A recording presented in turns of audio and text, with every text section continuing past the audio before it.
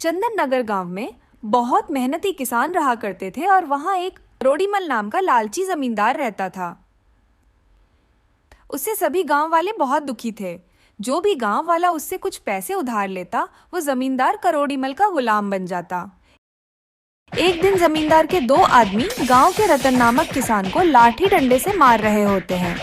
अरे मारो रे और मारो। ससुरा हमारा रुपया लेकर बैठ गया है और अब जब हमारा रुपया ब्याज सहित चुकता करने की बारी आई तो नाटक कर रहा है। अरे जमींदार जी, मुझे छोड़ दीजिए। अब तो मेरे पास कुछ भी नहीं बचा। जो जमीन थी वो भी आपको दे दी। अब और कहां से चुकता करूं आपका ब्याज? अरे रतन, हमने तुमसे पहले ही कहा था, हमारा ब्याज तो तुम्हें सूद समेत लौटाना ही होगा, वरना अच्छा नहीं होगा। गांव में रहना है तो जल्दी ही मेरा ब्याज मुझे लौटा दो, समझे? बस थोड़े दिन की और मोहलत दे दो जमींदार जी।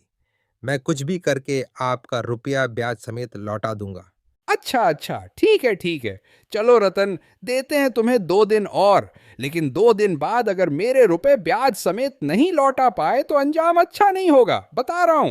रतन जमींदार की बात सुनकर बहुत दुखी होता है और दुखी मन से वहां से अपने घर चला जाता है, जहां उसकी पत्नी रीमा बैठी चूल्हे पर कुछ रोटियां बना रही होती हैं। अरे, आ गए आप। कब से आपकी राह देख रही थी। घर में जो भी आता था उसकी रोटियां बना दी हैं। जल्दी खा लीजिए, आपको बहुत भूख लगी होगी। नहीं भाग्यवान, आज ये रोटियां तुम ही खाओ। रोज अपने हिस्से की तो मुझे दे देती हो। तुम ही खाओ भाग्यवान। क्या पता आज के बाद हमें रोटियां खाने का अवसर मिले या न मिले। मेरी तो कुछ समझ नहीं आ रहा भाग्यवान। अब क्या होगा? अरे, ये आप क्या बोल रहे हैं जी। आखिर क्या हुआ, क्यों ऐसी बातें कर रहे हैं। बताइए जी, मुझे बहुत डर लग रहा है। जमींदार से खेती करने के लिए जो पैसे लिए दिए थे, अब वो पैसे ब्याज समेत चुकता करने होंगे। नहीं तो ना जाने क्या होगा भाग्यवान। वो लालची जमींदार कुछ भी कर सकता है। न तो खेत में फसल अच्छी हुई, न कोई मुनाफा। अब कहां से लौटाऊंगा मैं उसके पैसे? आप दुखी मत हो। देखना, ऊपर वाला ज्यादा दिनों तक हमें परेशानियां नहीं देगा। देखना, जल्दी ही वो हमारी सुनेगा। हाँ भाग्यवान, ना जाने वो दिन कब आएगा। 2 दिन बीत जाते हैं। रतन के घर जमींदार और उसके दो नौकर, जिनके हाथ में बड़े बड़े डंडे होते हैं, आ जाते हैं। अरे ओ रतन, अरे कहाँ है रे? 2 दिन बीत चुके हैं और तूने अभी तक मेरे रुपए ब्याज समेत नहीं चुकाए हैं। क्या रे, तू भूल गया मैंने क्या कहा था? अरे कहाँ है रे तू?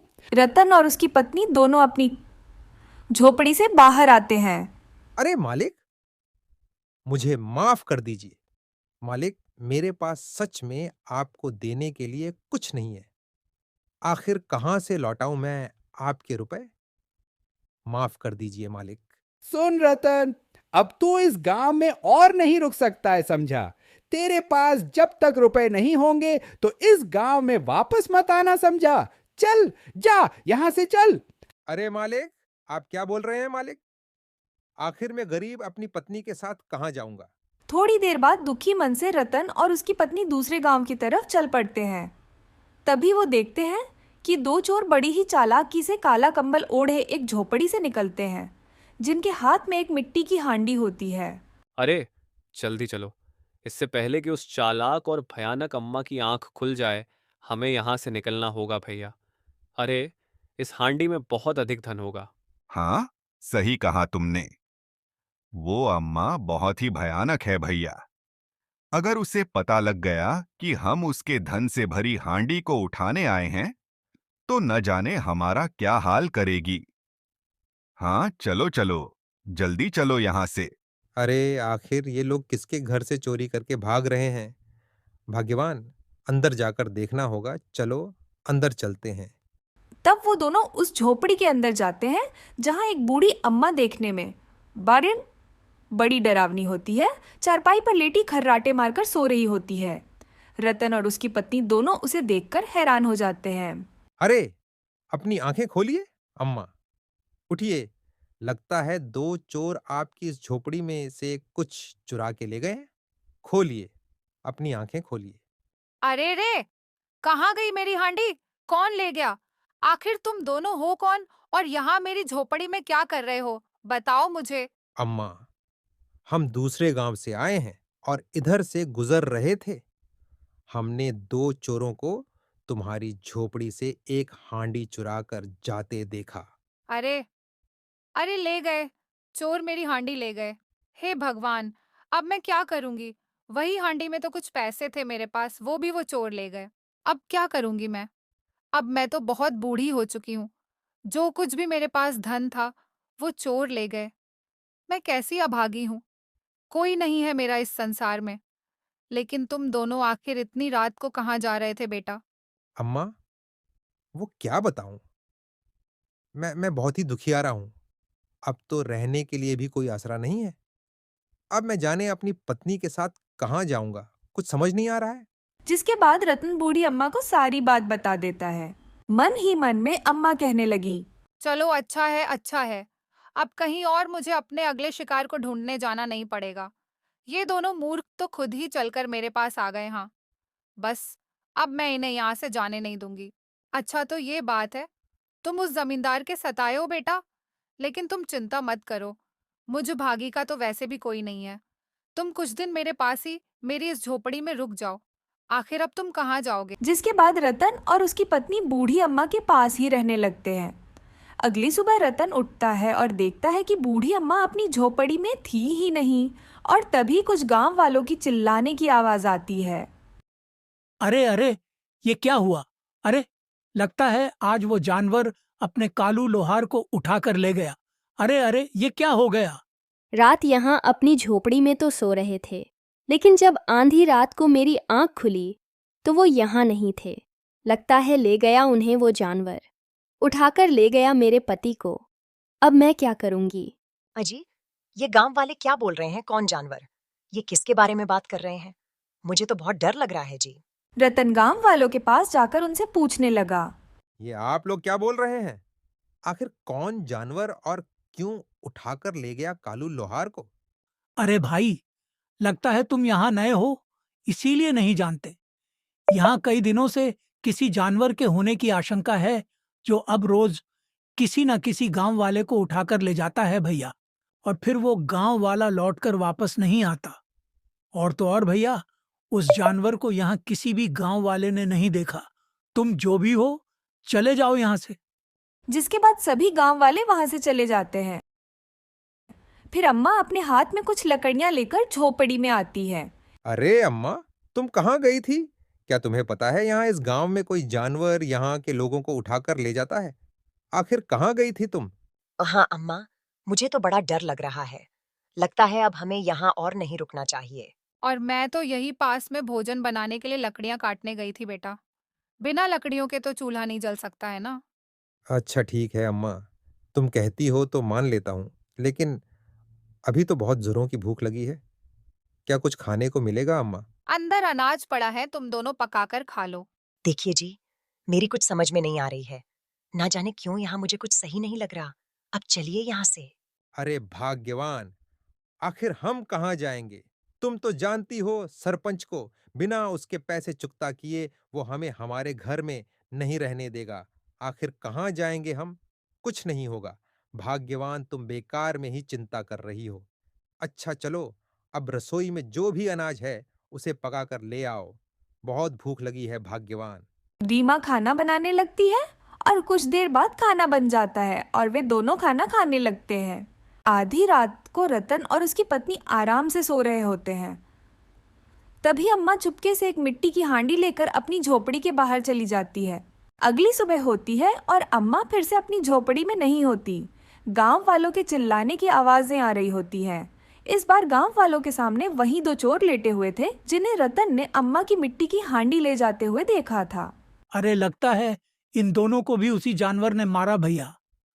देखो तो सही, इसका तो सारा मांस ही खा गया वो जानवर। हाय हाय बेचारा, शरीर की सारी हड्डियों तक नोच गया। न जाने क्या हो गया है हमारे गांव को, किसकी नजर लग गई है। न जाने अगला नंबर किसका होगा।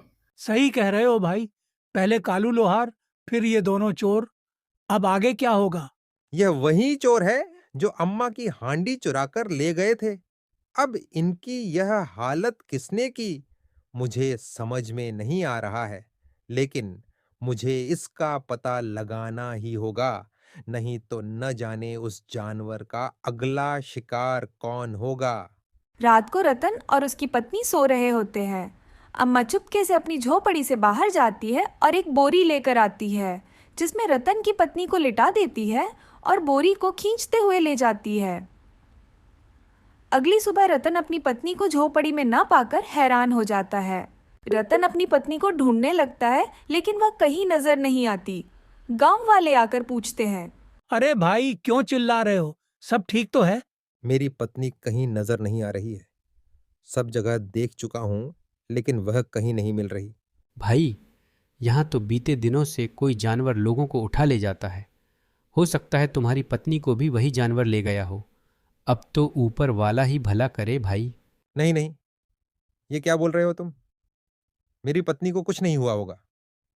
मेरी पत्नी जीवित है, समझे तुम? अरे भैया, तुम भी ना देख नहीं रहे हो क्या है अपने गांव में क्या हो रहा है? ये सब उस जानवर का ही किया धरा भैया। लेकिन अब तुम्हें क्या ही बोले भैया, जाने दो। जिसके बाद गांव वाले चले जाते हैं। रतन अम्मा की झोपड़ी में जाता है और देखता है कि अम्मा कुछ लकड़ियां लेकर आ रही हैं। अरे अम्मा, तुम कहां से आ रही हो? मेरी पत्नी कहां चली गई है? सुबह से कहीं दिखाई नहीं दे रही है। बेटा, तुम फिर से गांव वालों की बातों में आ गए हो। तुम्हारी पत्नी आ जाएगी, इतनी चिंता क्यों करते हो? अच्छा, अब मैं बहुत थक गई हूँ, थोड़ा आराम कर लेती हूँ। आधी रात हो जाती है, लेकिन रतन की पत्नी वापस नहीं लौटती।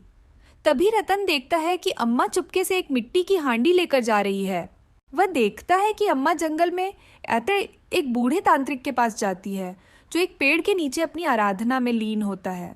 से लीजिए बाबा, और इंसान की हड्डियों मैंने इस मिट्टी की हांडी में एकत्र कर ली है। अब बस कुछ ही समय की बात है, फिर मुझे वो खजाना तो मिल जाएगा और मैं हमेशा के लिए जवान हो जाऊंगी ना बाबा। हाँ हाँ, क्यों नहीं। तुमने कुछ ही समय में हमें खूब सारी इंसानों की हड्डियां दे दी तो अवश्य ही बस कुछ और ही इंसानों की हड्डियां शेष हैं। उसके बाद तुम्हें वो अपार खजाना मिल जाएगा और तुम हमेशा के लिए जवान हो जाएगी और हमें मिलेगा सबसे शक्तिशाली होने का वरदान। हाँ हाँ हाँ हाँ। हाँ, बस रतन की पत्नी को अपना शिकार बनाना है बाबा। कल मैं उसे अपना शिकार बना लूंगी, जिसके बाद उसकी हड्डियां लाकर मैं आपको दे दूंगी, जिसके बाद मैं सबसे खूबसूरत और धनवान हो जाऊंगी। अरे हाँ हाँ, ये बिल्कुल सत्य है।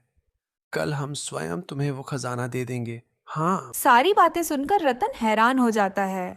अरे, तो यह अम्मा ही वह जानवर है जो गांव वालों को मूर्ख बना रही है। मेरी पत्नी के प्राण संकट में हैं। अब मुझे कुछ करना होगा। इस दुष्ट अम्मा की सच्चाई गांव के सामने लानी ही होगी। हाँ। अगली सुबह अम्मा जंगल में जाती है। रतन ये देखकर हैरान हो जाता है कि उन्हीं लड़कियों के बीच बेहोश अवस्था में उसकी पत्नी लेटी होती है। हाँ, तू ही है अब मेरा आखिरी शिकार। अब बस शाम होने का इंतजार है, जिसके बाद मैं तुझे मार दूंगी। हाँ, और तेरी हड्डियों को तांत्रिक बाबा को दे दूंगी, जिसके बाद मैं सबसे जवान, सबसे हसीन और सबसे धनवान। अच्छा अच्छा, तो यहाँ है मेरी पत्नी। नहीं नहीं, मैं इस अम्मा की सच्चाई सबके सामने, पूरे गांव वालों के सामने लाकर ही रहूंगा और कुछ नहीं होने दूंगा अपनी पत्नी को।